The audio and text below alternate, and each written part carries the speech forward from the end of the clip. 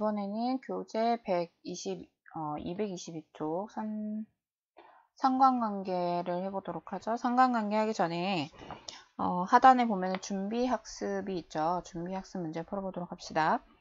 오른쪽 평면, 좌표 평면 위에 점 A, B, C를 각각 나타내시오. A가 3, -1이라고 했으니까 X에서 3, Y에서 -1에서 여기에다가 해놓고 A라고 표시하면 되고요.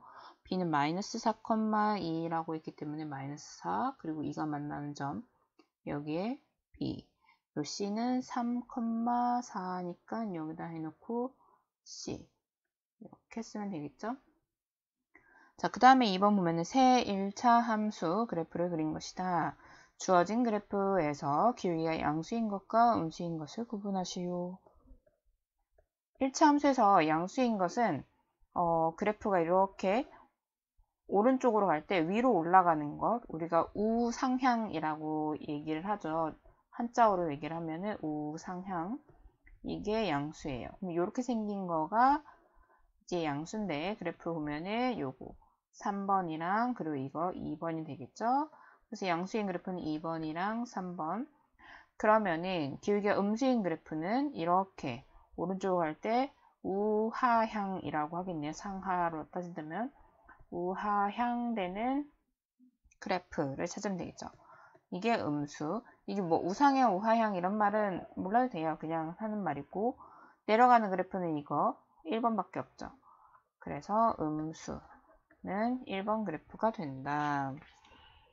자, 다음 페이지를 보도록 합시다. 다음 페이지에 보면 산점도와 상관관계라고 되어 있는데 여러분은 교과서이기 때문에 항상 여기 페이지에서 뭘 배워야 되는지에 대해서 나와요. 자료를 산점대로 나타낼 수 있는지, 그리고 이 상관관계가 어떤 상관관계인지 말할 수 있는지, 이거를 중점적으로 보면 되겠죠.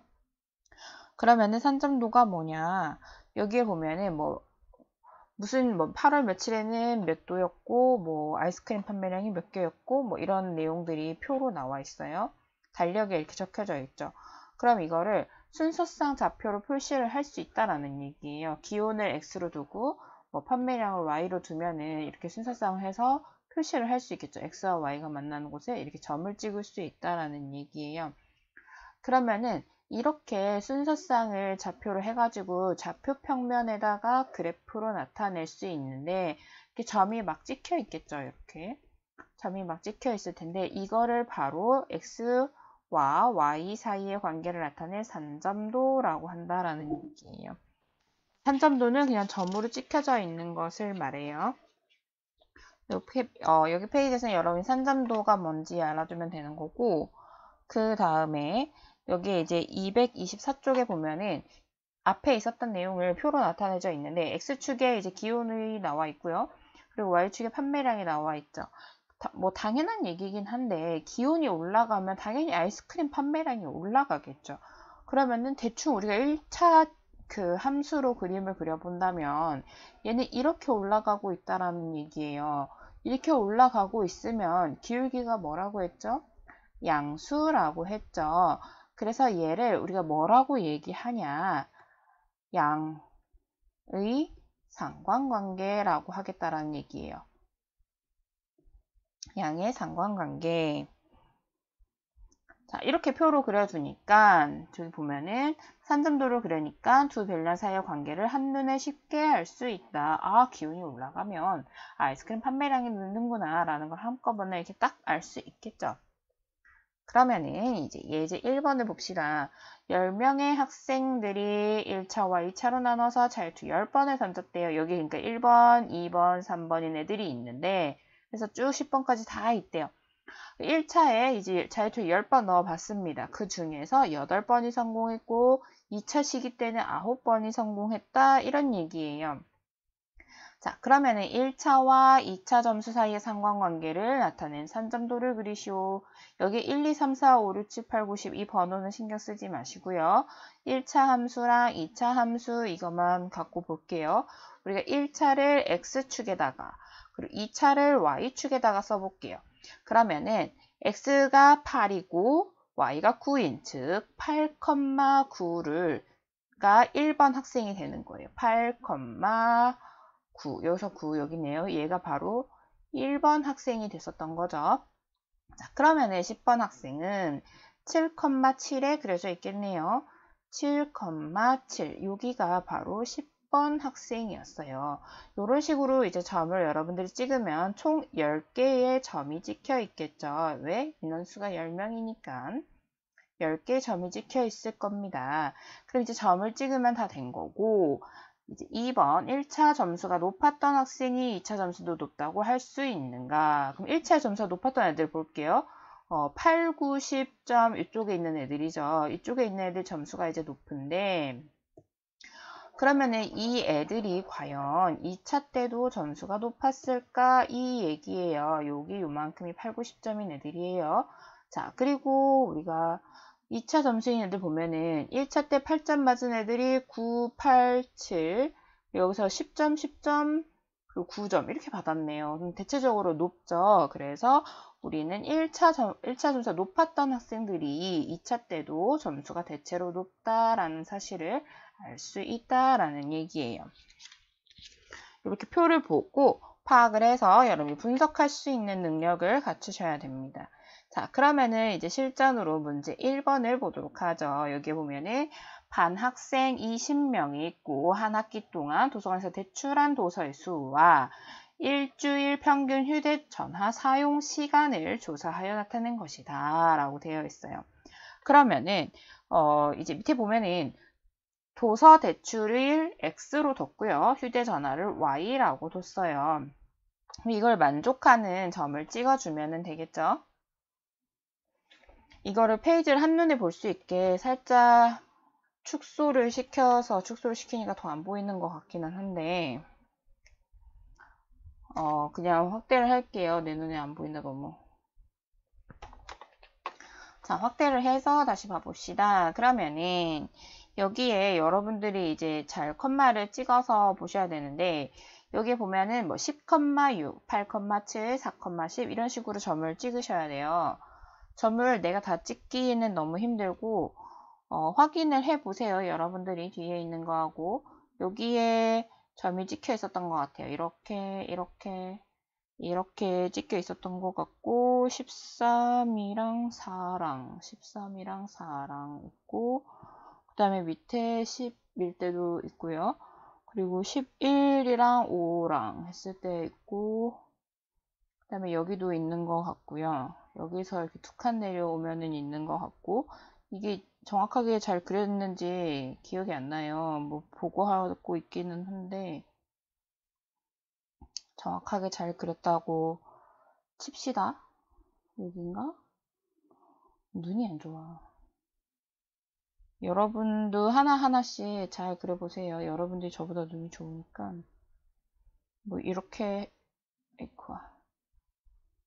이렇게 하면 되는 것 같은데 18에서 여기 이쯤에 있고 그리고 여기에 19에 있고 여기 왜 이렇게 비어있지? 15에서 여기구나. 여기가 아닌가 봐요. 이거를 지워야 되는 것 같아요. 이렇게 하면 더 맞나요? 자, 맞다 치고 자, 그러면은 이제 1번은 다 그림을 그렸고 휴대전화 사용시간이 15시간 이상인 15시간 이상이래요. 그럼 15시간 여기 위에 있었죠 아까 15시간 이상인 애들이 누구일까요? 요 3명이네요. 이상인 학생의 대출 도서의 수와 그리고 휴대전화 사용 시간이 3시간 이하, 3시간 이하니까 3시간까지가 되는 거죠. 요렇게 4명이네요. 요렇게 4명의 대출 도서의 평균을 각각 구하고 이를 비교하여라. 이 15시간 이상의 애들은 지금 보면은 1권, 2권, 3권 이렇게 되어 있어요. 그래서 얘네들은 1권, 2권, 3권, 3명이니까 3으로 나눠주면은 2권이 되겠네요. 대출 도서의 평균 2권. 그 다음에 휴대전화 사용시간 3시간 이하인 학생이 하나, 둘, 셋, 넷, 4명이잖아요. 그래서 4로 나눠야 될 거고 여기 보면 13, 15, 18, 19 이렇게 되어 있거든요. 13, 15, 18, 19 이렇게 다 더해서 4로 나눠주면 16.25가 된다는 얘기네요. 그래서 여기 보면은 휴대전화 사용 시간이 많은 애들은 대출 건수가 좀 적고요. 휴대전화 사용 시간이 적은 애들은 대출하는 건수가 좀 많죠. 그래서 이를 비교하시오 라고 하면은 방금 얘기한 거를 쓰면 돼요. 휴대전화 사용 시간이 적은 사람이 대출 도서의 수가 많다.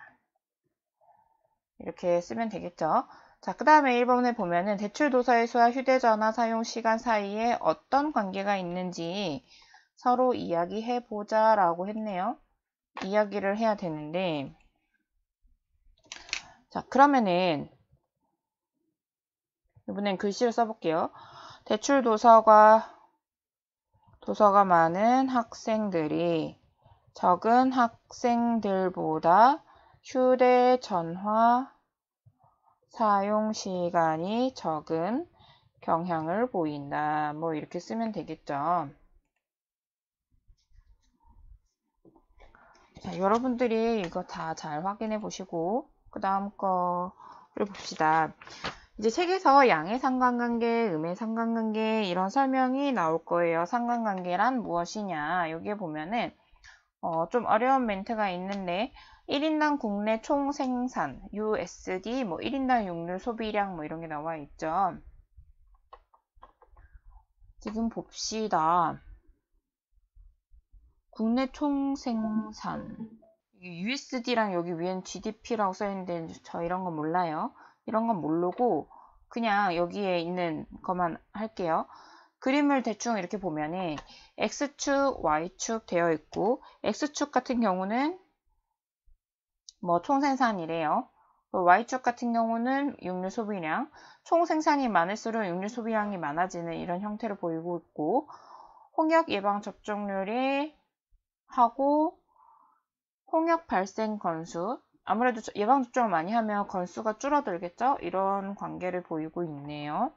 자, 그럼 질문을 보시면은 국내 총생산이 높은 국가가 낮은 국가보다 대체로 1인당 육류 소비량이 많은지 적은지 말하여라.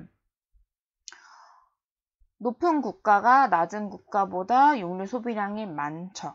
그래서 여기는 대체로 많다.